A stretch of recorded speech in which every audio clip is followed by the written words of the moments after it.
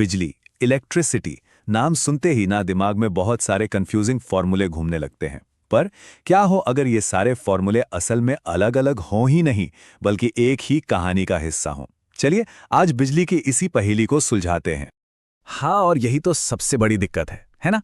V is equals to I R, P is equals to V I, H is equals to I square R T. इतने सारे फॉर्मूले हैं कि लगता है जैसे किसी जंगल में खो गए हों। और सबसे बड़ा सवाल यही होता है कि भाई कौन सा फॉर्मूला कब और क्यों लगाना है। लेकिन मजे की बात यह है कि ये फॉर्मूले असल में बिखरे हुए नहीं हैं। ये सब ना एक दूसरे से जुड़े हुए हैं, एक ही कहानी के अलग अलग चैप्टर की तरह। और ये कहानी कुछ बहुत ही बेसिक आइडियाज पर टिकी है। तो आज हम इन्हीं कनेक्शंस को जोड़ने वाले हैं। ठीक है, तो चलिए एकदम शुरुआत से शुरू करते हैं, बिल्कुल बेसिक से। बिजली की पूरी कहानी के ना दो मेन हीरो हैं। पहला है आवेश, जिसे हम चार्ज कहते हैं, और दूसरा है धारा यानी कि करंट। तो सबसे पहले ये आवेश या चार्ज है क्या भला? देखिए, ये पदार्थ की एक फंडामेंटल प्रॉपर्टी है, मतलब एकदम बेसिक गुण। इसे आप ऐसे समझिए कि ये बिजली बनाने का कच्चा माल है, रॉ मटेरियल। यही वो चीज है जो असल में चलती है, और इसके बहाव से ही बिजली बनती है। और इसे हम नापते हैं कूलम में। अब सोचिए, अगर ये चार्ज सिर्फ एक जगह पर चुपचाप बैठा रहे तो कुछ नहीं होगा। लेकिन जैसे ये चार्ज चलना शुरू करता है, बहना शुरू करता है, बस वही बन जाता है करंट यानी विद्युत धारा। तो बिल्कुल सीधे सीधे शब्दों में करंट का मतलब है चार्ज के बहने की स्पीड, मतलब एक सेकंड में किसी जगह से कितना चार्ज गुजर गया। अच्छा, पर एक सवाल तो मन में आता है कि ये चार्ज अपने आप क्यों चलेगा? मतलब उसे कोई धक्का तो देगा ना? बिल्कुल, इसे चलाने के लिए एक पुश की, एक धक्के की जरूरत होती है। और यहीं पर एंट्री होती है हमारे अगले कॉन्सेप्ट की, जिसे हम कहते हैं विभव या पोटेंशियल। यहां पर ना दो शब्द हैं जो बहुत कंफ्यूज करते हैं। एक है पोटेंशियल और दूसरा है पोटेंशियल डिफरेंस। देखिए, पोटेंशियल एक थ्योरेटिकल चीज है, लेकिन जो हमारे काम की चीज है, जो असल में सर्किट में सब कुछ करवाती है, वो है पोटेंशियल डिफरेंस, जिसे हम विभवांतर भी कहते हैं। इसको आप पानी के पाइप में प्रेशर के अंतर जैसा समझ सकते हैं।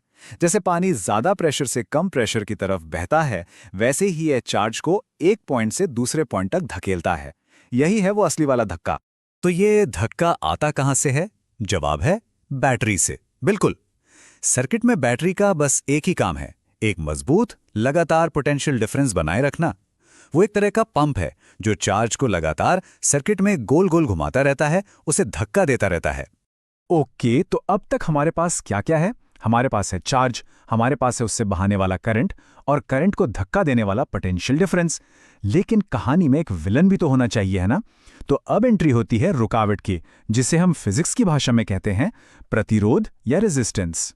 रेजिस्टेंस, जैसा कि इसका नाम ही बता रहा है, ये करंट के रास्ते की रुकावट है। इसका काम ही है करंट के फ्लो को रोकना, उसे मुश्किल बनाना। सबसे अच्छा उदाहरण है ट्रैफिक जाम। जैसे ट्रैफिक जाम गाड़ियों की स्पीड कम कर देता है, वैसे ही रेजिस्टेंस इलेक्ट्रॉन्स के बहाव को धीमा कर देता है। और यहीं पर इन तीनों को जोड़ने के लिए आता है इलेक्ट्रिसिटी का सबसे सबसे जरूरी नियम, ओम्स लॉ। ये नियम इन तीनों के बीच, यानी वोल्टेज, करंट और रेजिस्टेंस के बीच एक बहुत ही खूबसूरत रिश्ता बनाता है। और वो रिश्ता है V is equal to I into are.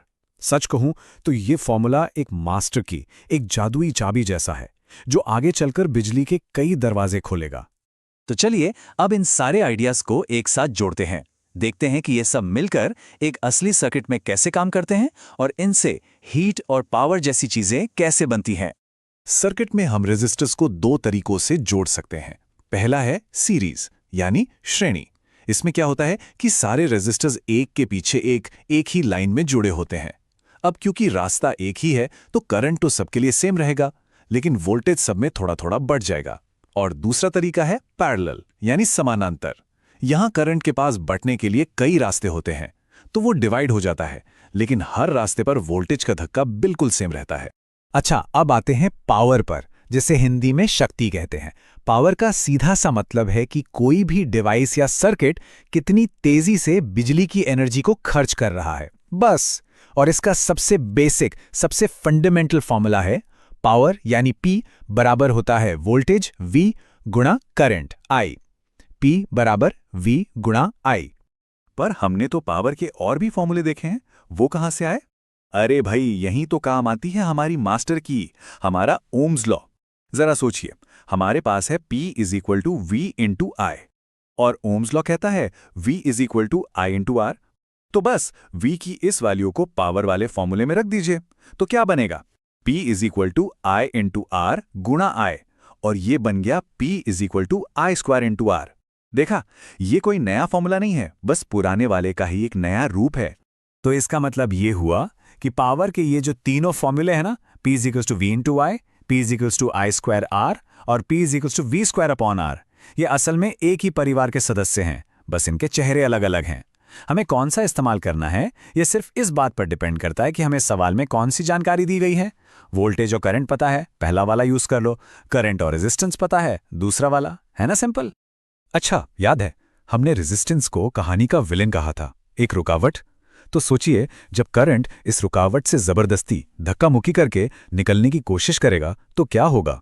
Friction पैदा होगा, एक लड़ाई होगी, और इसी लड़ाई की वजह से पैदा होती है गर्मी, यानी हीट। इसीलिए तो हीटर या प्रेस गर्म होते हैं, और इसी हीट को कैलकुलेट करने का फॉर्मूला है H = I² RT। और आखिर में एक बिल्कुल प्रैक्टिकल बात, हम सबके घरों में बिजली का बिल आता है ना? उसमें लिखा होता है कि इतने यूनिट्स खर्च हुए। तो ये एक यूनिट आखिर है क्या? ये असल में है किलोवाट आवर, यानी kWh। यही वो कमर्शियल यूनिट है जिसमें हम बिजली की एनर्जी को खरीदते हैं। तो अब सारी कड़ियां जुड़ गई हैं, चार्ज से करंट, करंट से वोल्टेज और रेजिस्टेंस, और फिर उनसे पावर और हीट। लेकिन जाने से पहले एक सवाल छोड़ जाता हूं। हमारे बिजली के बिल की यूनिट है किलोवाट आवर, किलोवाट kWh, सिर्फ किलोवाट kW नहीं। अब हमने तो सीखा कि किलोवाट पावर की यूनिट है, तो फिर बिल में ये आवर यानी घंटे का क्या काम? समय क्यों जोड़ा गया है? ये सवाल हमें पावर और एनर्जी के बीच के सबसे बड़े फर्क को समझने में मदद करेगा। जरा सोचिएगा इसके।